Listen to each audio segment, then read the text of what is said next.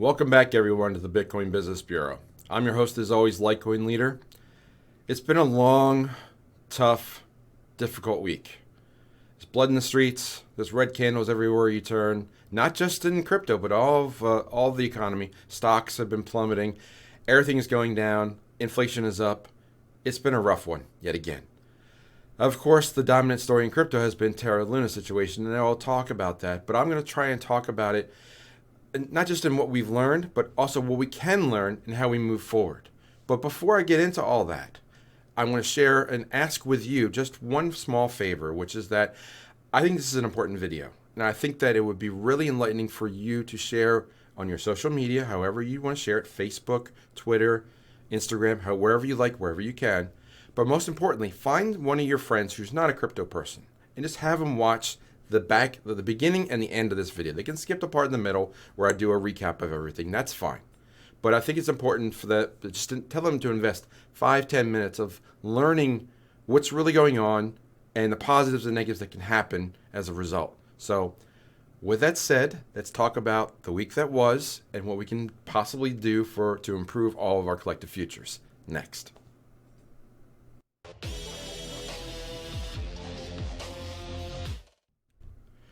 Okay, this is the second attempt for me to record this. Hopefully I get it right. So there's lots of videos for me to share. I'm not going to put them in a playlist. There's way too many. So I'm going to start with Carl from the Moon, and he's got a ton of subscribers. And this is one of the first videos that came out after the debacle over the weekend. I think it was I can't remember what day it was. It might have been Monday or Tuesday. It's just all bleeding together. But let's see. It was, I don't know. I can't even tell when the video came out. There should be a date. Should be a date. Thanks a lot, Carl. It's a day ago. Okay, so a day or two ago. Man, it feels like such a long week. He lost 1.6 million in Luna, and I'm not laughing at Carl at all or anybody that lost money. I know lots of people lost money. It's been a rough go around. So what I'm just going to go over some of the videos that are out there that I've been watching this week, and I wouldn't recommend you go watch them, to be honest with you, because it's just depressing. So he talked about it. Carl talked about it. Layla Halpern went on with Rand Neuner from Crypto Banter. Rand's portfolio got decimated because he was a big holder of Luna. I think it was his second largest holding, probably his top altcoin. So he took a hit on the chin for sure. George from Cryptos R Us, also a great channel. He's been talking about it all week. He had a big bag of Luna and he just rode it out as best he could, and that didn't go out, as we know, didn't go so well. Other videos that even started to pop up. We had one from BitBoy Crypto's channel. I think this is Frank. I don't really watch BitBoy that much. This is Max Mayer, who had a good positive spin on things, and he lost some money on it, and he did his due diligence. And so don't feel bad if you got burned on this, because everybody thought it was just fine. And then there's more George. He was talking about it all week. Cheeky Crypto talked about Luna again. And then it started to creep into other sectors and other stable coins. And we'll be talking about other stable coins in a moment. This is Nobody Special Finance. This is Jack. He's a member of Economic Ninja's Ninja Nation, who I've been fortunate enough to be on with Ninja before. Great guys over there. Chris Thomas, and everybody. You got Heresy Financial with Joe Brown. The supply chain stuff that they do and of course Ninja himself was talking about just this morning about, this is your final warning pretty much. Get your money out of the banks and get them off of crypto. Get your crypto off of Coinbase or any other exchange, because Coinbase is a publicly traded company. I think it's a 10Q is their documents that they have to give out every quarter. And in those documentation, it said their bankruptcy plan involves a bail-in, just like the banks. What's a bail-in? They basically take all the funds that they have available to them, put them in one big pile on the table, and pay their top creditors first. That means if you have crypto on the exchange, you will lose it, because it will be going to the venture capitalists that got Coinbase started. So get your coins, get your crypto off of the exchanges. All right, walk you through a few more slides before I start wrapping things up. It's a big story when Janet Yellen starts talking about cryptocurrencies and mentioning Terra and Luna. These are probably things that she's never talked about ever before, or ever knew about before this week. Yet somehow it enters the vernacular of the financial people at the United States government. So go figure there. Interesting timing, considering that Yellen's talking about this and about regulation and legalization and all the taking away financial instability by the Treasury getting involved. This is a clear path in my mind. This is not financial advice. This is not legal advice. This is just a guy on the internet talking about what he sees. The fact that central bank digital currencies keep coming up, the fact that regulation keeps coming up, and now we have a stable coin, which ties quickly in the minds of people like Yellen and Gary Gensler and others. Central bank digital currency and stable coins kind of tie together, and they want to own and regulate all the stable currencies. So the fact that Terra and Luna had an issue, it's a perfect topic for them to say, hey, we're from the government. We're here to help. Here's a central bank digital currency, and you will like it the way we do it, and it's not going to be legal to do it any other way. So keep that in mind. So a couple of charts from CoinMarketCap before I start to give me a little bit from Twitter and a little bit of summary where we're at. But this is a picture of the stable coins, and you can see how many there are, and these should be flat lines. But Tether was attacked this morning, and it went down to 95 cents. But it's not a algorithmic stablecoin, which is another list, which is over here, and Terra is the top of that, along with a whole bunch of other coins that are pretty tiny. Like you see, only 3 of them are in the top 100. Terra, Neutrino, never heard of it, and FEI USD, never heard of it.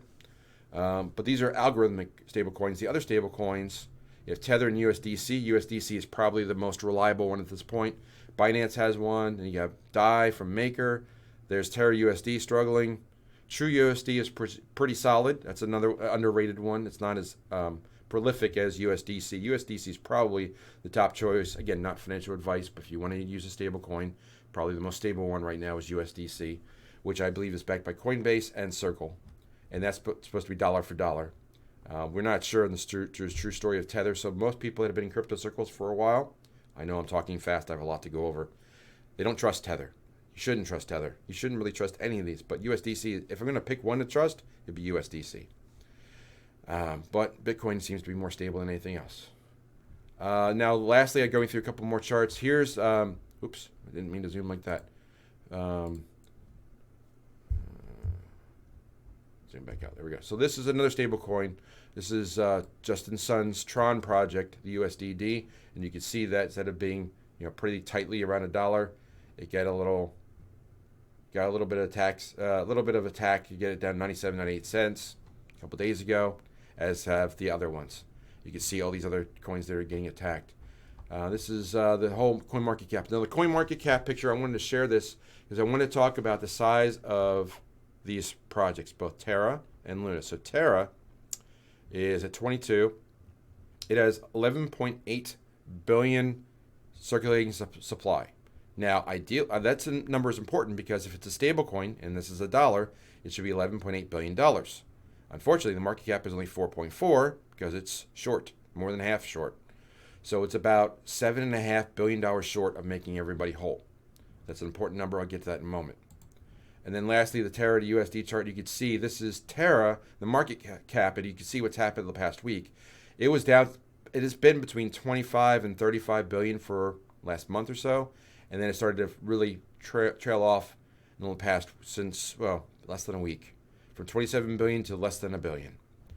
So, what does all that mean? I'll get to that in a moment. But first, I want to mention a couple of names. Do Kwon is it's all from Twitter. Do Kwon is the founder and leader of the Luna Terra project. He's been pretty cocky, as typical for crypto Twitter. It's kind of like that poker table you sat down 10 years ago with people with backward hats on in Vegas. Now they are our crypto Twitter people. Same kind of mentality. So unfortunately, there's a lot of maturity that needs to come to this, but when you get into a lot of bravado and a lot of braggadocio type posts that you're out there and saying this is better, we're better, everybody's better, when you get in trouble, people don't come to your aid. In fact, they come sometimes poke fun at you. So unfortunately, Do Kwon is in that situation right now. But there's 2 other people I want to point out, which is Elon Musk, who just bought Twitter, and Michael Saylor has been a big proponent of Bitcoin and the dollar on Twitter. So I wanted to point that out. I don't even know. Let's see. So I'm going to point this out, and this is going to be important. I needed this number later, but Elon Musk bought Twitter for $44 billion. So let me drop out of this shared screen video, which is I've thrown a lot at you for the last, 8-9 minutes. Let me come back to a summary and try to wrap up where I think where we were and where we should be heading next.